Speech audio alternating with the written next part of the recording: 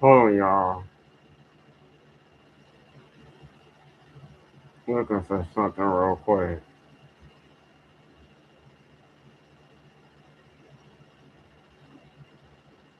Um,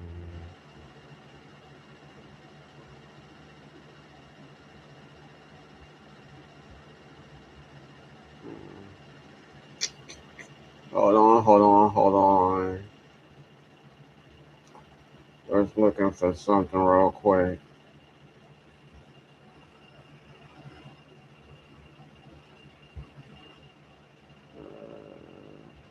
Come on now. Sister dog.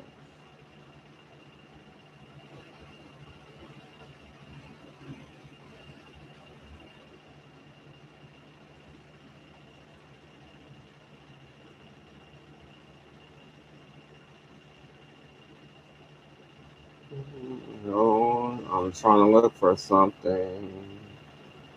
Just be patient with me. I should find it pretty soon. Have patience with me as I look for what I'm looking for. I got a lot of pictures of D'Angelo. But baby, that's not what I'm looking for. I could have sworn I had a picture of this man. Shit. It's some damn weird. Shit.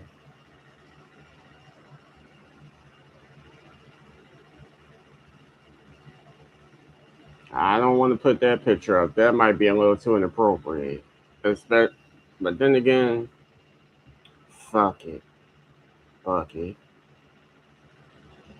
Y'all can't see his face though. It is what it is. Shit. Anywho, so hello y'all. Hello YouTube. I am Kashmere Majesty. I am back again with another live video. And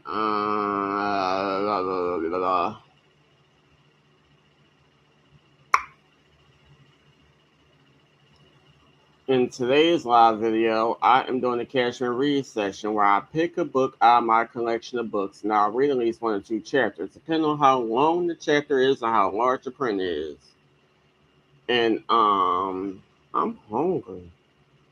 Should I go downstairs and find something to eat real quick before I read? Because I'm fucking hungry. Give me a second. I'll be right back.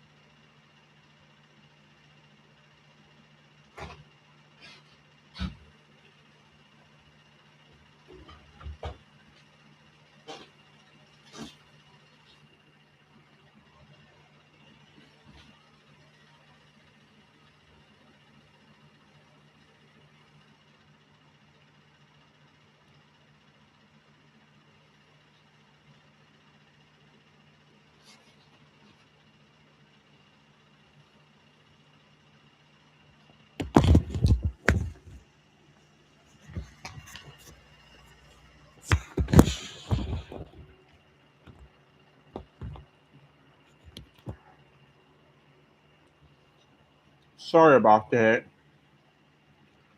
But like I said, I'm back again with another live video where I pick a book out of my collection of books and I read one or two chapters, depending on how large how long the chapter is, how large the print is. I do I do not show pictures. The most you'll see is front and back cover. However, in every part one of each book I do, I'll leave a link where you can get the book.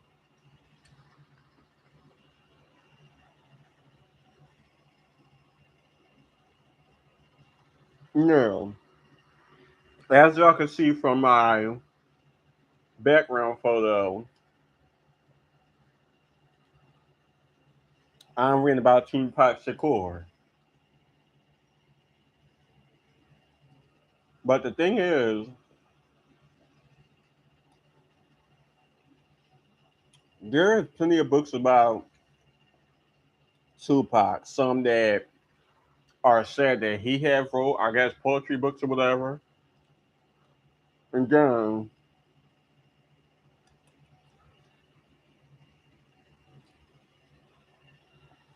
a lot of other people have wrote books about Tupac from their own point of view or copyright of what they know from interviews, documentaries, the internet, whatever.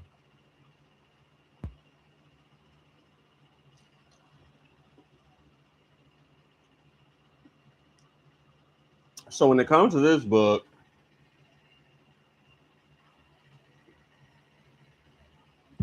mm,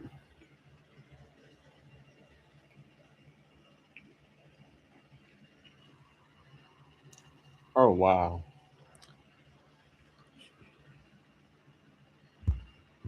what the hell?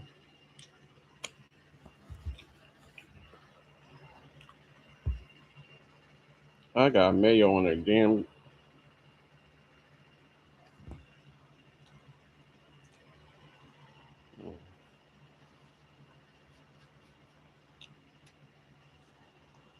So when it comes to this book, I'm a little iffy because it says it's an authorized bio,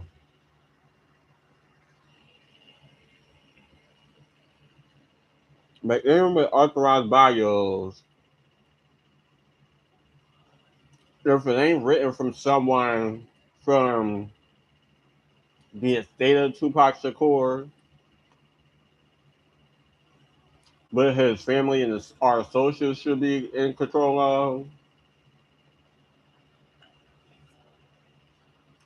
or some writing he did while he was alive, or someone close to him did, I don't know.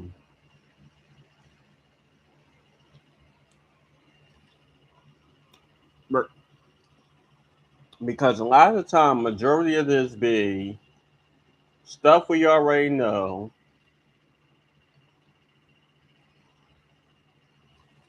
with added assumptions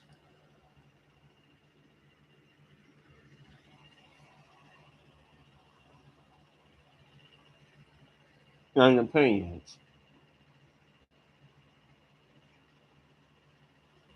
So as I read, so as I look at the description of this book,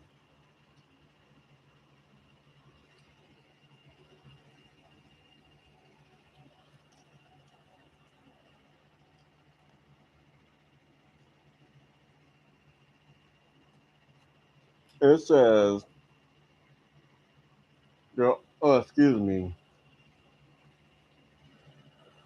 it says the authorized biography of the legendary artist Tupac Shakur, such an empathetic portrait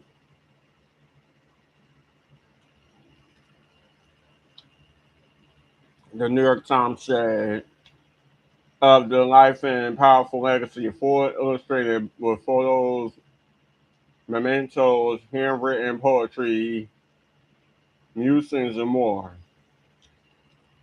Okay. Well, I got another Tupac Shakur book over here, The Roads That Grew from Concrete, and I know there's a few other books.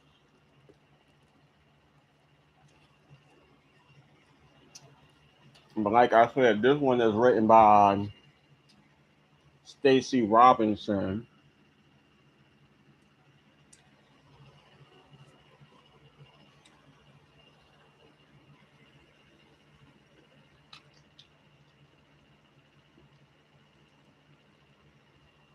Artist, poet, actor, revolutionary, legend. Hmm. I can agree.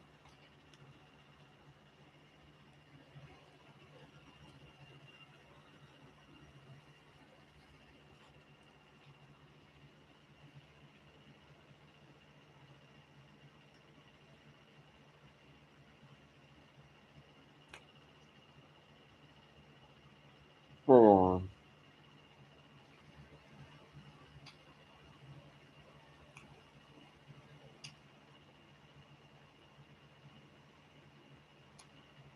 Tupac Shakur is one of the greatest and most controversial artists of all time. More than a quarter of the century after his tragic death in 1996 at the age of just 25, he continues to be one of the most misunderstood, complicated, and influential figures in modern history. Drawing on obtrusive excerpts of Tupac's private notebooks, letters, and uncensored conversations with those who loved and knew him best. Mm. This estate-authorized biography paints the fullest and most intimate picture to date of the young man who became a legend for generations to come. Okay, so this book was from someone from his estate. Okay, or the estate gave permission.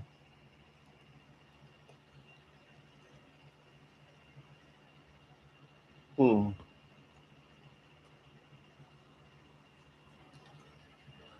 In Tupac Shakur,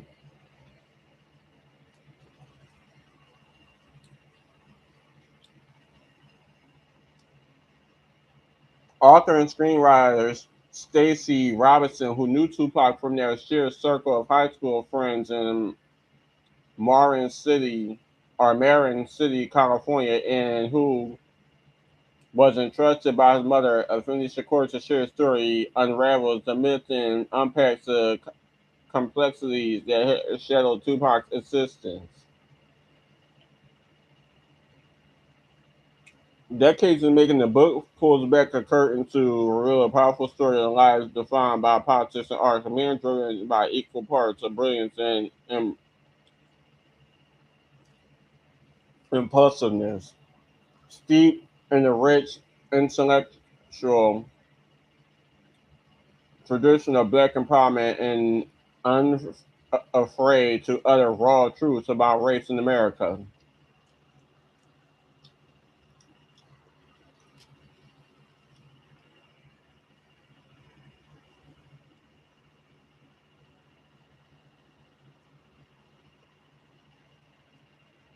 This is the story of a mother and son bonded together by love for each other and for their people in a relationship that endured through the darkest times.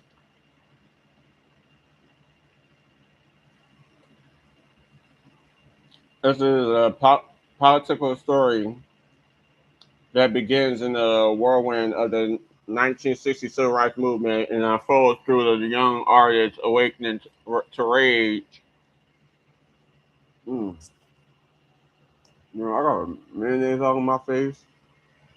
And purpose in the 90s era of Rodney King.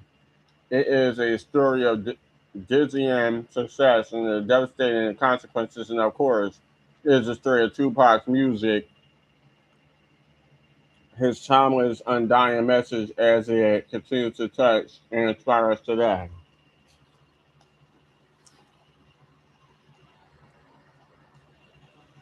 So, like I said, this book did come from the estate. And this is someone who,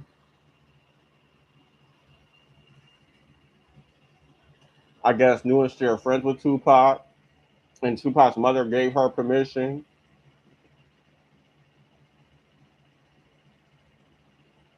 This book came out October 24th, 2023.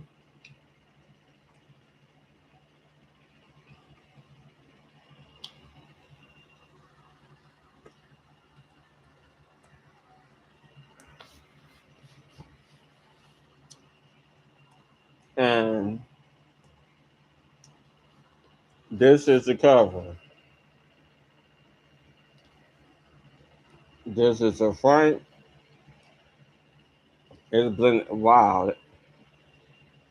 Hold on. So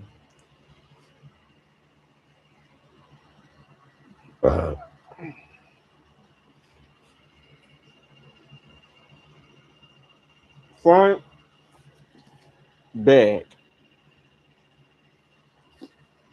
That's the only pictures y'all getting.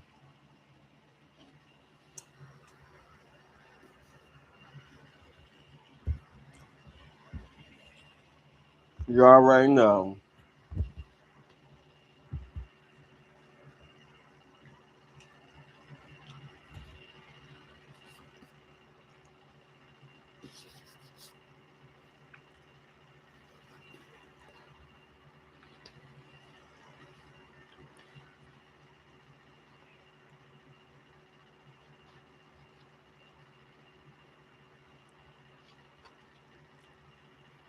It says for Glow. Introduction. Part 1, New York. Cradle to the grave, dear mama. The streets are death row. Nothing but love. Part 2, Baltimore. Nothing to lose. In the depths of solitude, keep your head up. Part 3, The Bay. Thug style, Panther power, words of wisdom, fame. Nothing but trouble, violent. Only God can only God can judge me. Part 4, Los Angeles is Soldier's Revenge. Holla if you hear me. Me against the world. Learn to my unborn. It ain't easy. Part 5, To Live and Die in LA. California Love. In the event of my demise. Acknowledgements, notes, image captions and credits, permissions and index.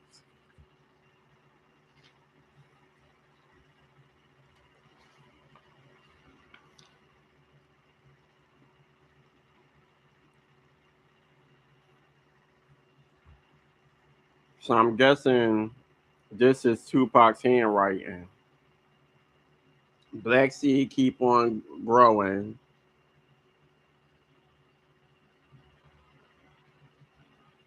Childhood Baltimore. Marin Rosa. Okay. The Girls That Grew from Concrete, an autobiography by Tupac Shakur. Introduction. The Panther and the Gangster. The Shining Prince is born free. Lessons from American schools. Lessons from Lady Liberty. Lessons from American society. A Better Place. The Baltimore School for the Arts. The Internal Circle. Migration to the Revolution. The Boys from Rosa. April Girl. Humpty Hump Across America. On My Own. Black Seed Growing Up. Black Seed to Black what? To Black Oak. Sorry, y'all. Introduction. Calling this an autobiography may have misled some people. It's more of a diary that I don't mind people reading. There are personal things in these pages, and this is my hope that by gaining some insight on my life, one may have a better understanding of who I am and why I do some of the things I do. If by telling my life story I hurt someone or I uncover some stones, forgive me. I only my only intention was to express myself, to in fact bury myself by telling all about myself. At this moment, I am 18 years old and the date is November 26, 1989. in the middle of my life. Anyway, here it is, my diary, poems, and autobiography wrapped in one. Peace. Tupac Shakur.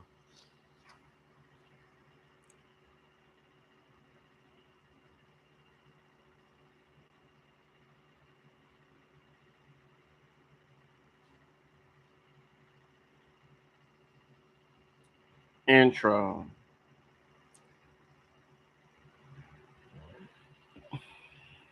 When I met Tupac, he was only 17 years old. To me, he was just another friend in our social circle. He and I attended the same high school, Tama- Tamalpais High, in a small town of Mill Valley in Northern California, and I met him during a trip home from college. In that moment, I would never have guessed I'd just been introduced to someone who would go on to be a cultural icon, a global superstar, or that he become a legend that he become, except for, or of course, when he told us. Even at that young age, he was confident and certain that he would leave an imprint on society. I think more confident than anyone else I knew. Months later, after I gone back to college in Los Angeles and he had decided that high school was a waste of his time, he called my roommates and me, all of us from Mill Valley, to ask us if he could stay with us for a while and sleep on our couch. I need to move, he said. At the time, he was anxiously awaiting news of a recording contract from his manager. My career isn't taking off fast enough, he explained, and I think I need to be in LA. A few days later, he showed up at our door with a backpack and blue notebook.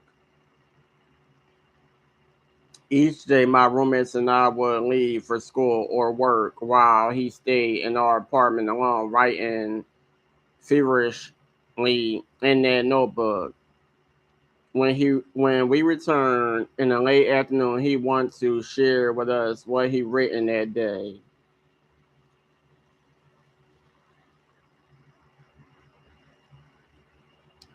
Picture teenage Tupac sitting on our dinner table while he ate our top ramen and mac and cheese, rapping about the young black male, his lyrics filled with purpose, pleading for change.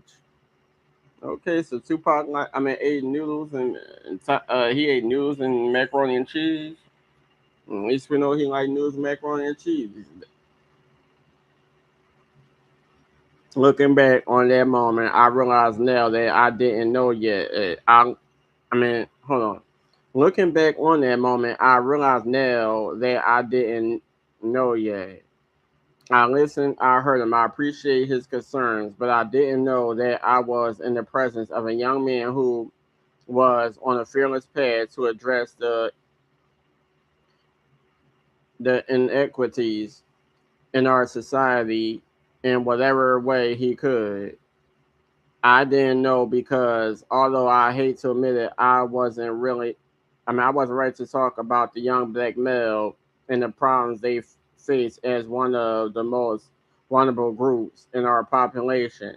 I want to talk about the young black male in my lecture hall that day and how cute he was. At 20, I was selfish. At 17, Tupac was selfless.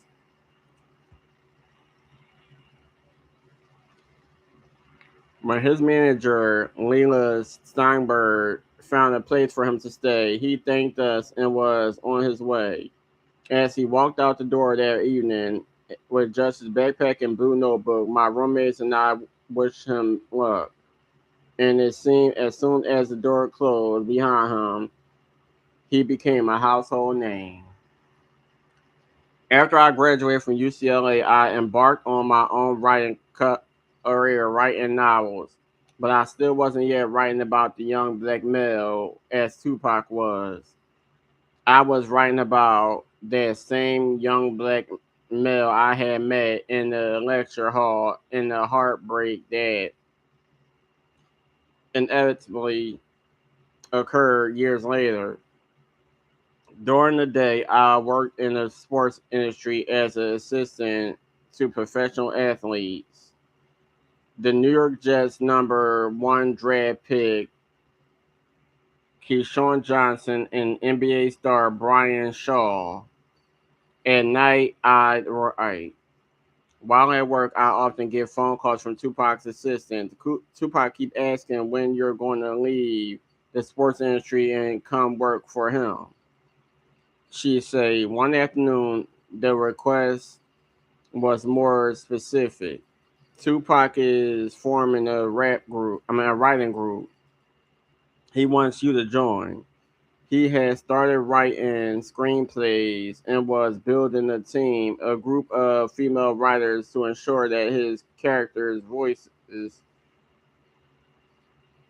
perspectives, and tones were authentic. I was excited to be part of that group. We set a meeting for Tuesday, September 10th, 1996. 3 days before the meeting, Tupac was shot in Las Vegas. He fought for his life, but ultimately lost the battle, passing away on September 13th. That meeting and countless other plans that he had in place would never happen. I and the rest of the world had lost a friend, a brother, an uncle, a nephew, a cousin, an inspiration, a leader, a soldier. And Tupac's mother, Afeni Shakur, the woman who taught him everything he knew, who spoke as vehemently as he did about hope and change, lost her only son. A few years later, Afeni asked me to write her son's life story. For me, her request was met with a mix of emotions. Of course, I was honored. But as I pondered this huge undertaking, I was also fearful. I hadn't been an A student in Tamalpais High School nor at UCLA. I never been an A student, and in my mind, those were the people who went on to write biographies about leaders and figures like Tupac Amaru Shakur. The biographers that I mean I knew of had existing experience as staff writers and editors and newspapers such as the Washington Post and New York Times, or contributors for magazines like the New Yorker. They were often they were often renowned historians and professors at prestigious intuitions. But I was a B student. I wrote stories about love and loss and screenplays in the silly romantic comedy genre. Why was Affinity asking me?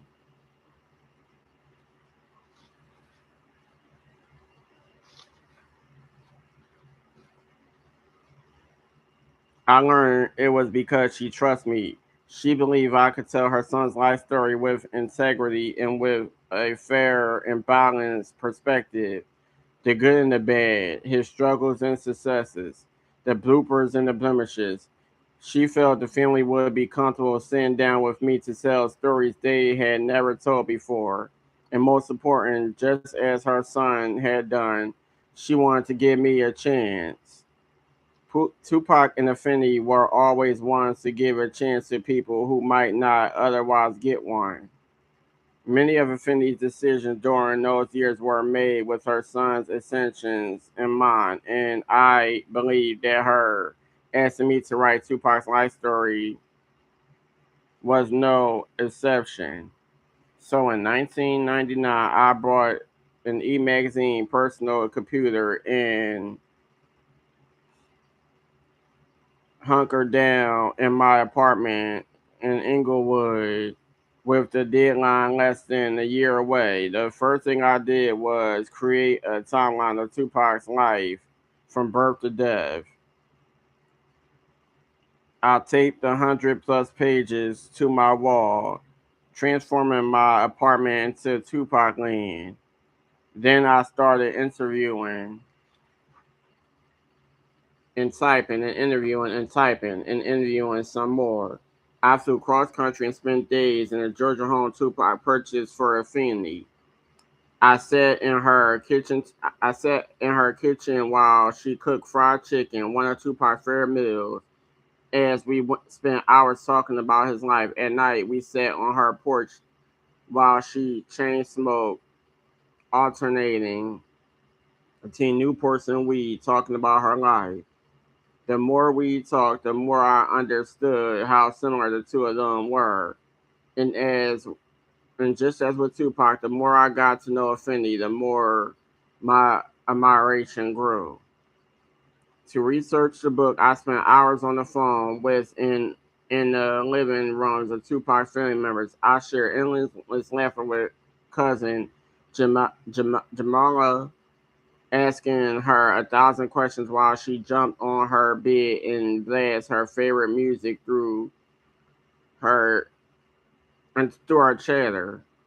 I recorded childhood stories over Italian pastries at Emporio Rulli in Larkspur and lads with his friends at Pinky's Pizza in San Rafael while listening to the adventures of Tupac learning to drive.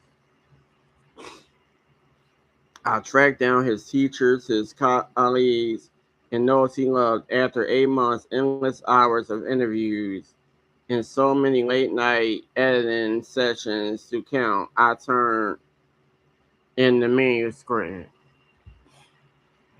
A few weeks later, I was informed that the project would be put on hold for now. I was disappointed, but when I thought about all the people I met and the stories I heard, I felt overwhelmed with gratitude to have been given the once in a lifetime experience. Through my interviews, I had discovered the most intricate and personal details of the life of a friend, one who had come from a rich and honorable family lineage. I knew if given a chance, I wanted to be any part of the team that would do the work to carry on his legacy. From that moment, I excitedly accepted every opportunity Affinity presented to me. One day, a few years later, Affinity invited me to come to her house, both in Sausalito, California. She heard I published a novel and she wanted to congratulate me. When I arrived, she handed me a gift, a biography of the great Harlem Renaissance writer Zora Neale Hurston. Thank you, Finley, I said, but I'm a little embarrassed because here I am writing about the silliness of love and heartbreak when the Shakurs write about the important things in life. Her response was one that anyone who knew Affinity would expect. She told me that it don't matter what I was writing about, just write. Even during the years that there were no Tupac projects for me to help with, I remained close with Affinity and various members of her family. And when I became a mother, Affinity and her sister Glow were there cheering me on from the sidelines. I was grateful that in the final years of her incredible life, she and I ended up living only a few miles apart. Over the years, I didn't give the manuscript much thought, but in 2017, the lead archivist working on a state sanctioned documentary found the name on some of the past projects, and I asked if I could be hired to assist in story development. Soon after the Shakur estate embarked on yet another project, I was asked to join a museum exhibit to honor Tupac and his life's work. 2 years into the museum project, everything came full circle. I was asked to return to the manuscript I had written so long ago. As I sit here today, more than 2 decades later, finishing this book for the second time, with added interviews, new stories, and many revisions, I can't help but reflect on what Tuesday, September 10th, 1996, the Day 2 podcast said for our first writers meeting might have been like, with all of us getting bossed around by him and his Wilshire House condo. If I close my eyes and think back to those months I spent writing the first draft of this book, I can see Tupac laying those pages of his life events filling the wall in my apartment. I think of that day in 2006 on the Finley's Hot House Bowl when I was questioning my own path and how I felt empowered as I heard Affinny's voice. Filled with conviction, her eyes squinted as she looked at me to say, "It doesn't matter what you write, just write. When Affinny Shakur tell you to do something, you better do it."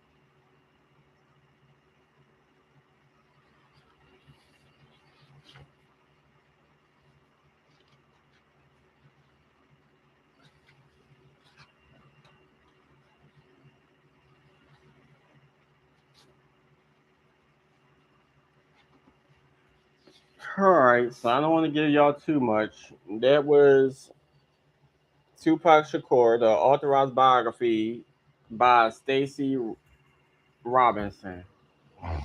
Like, comment, subscribe, and I'll get back to y'all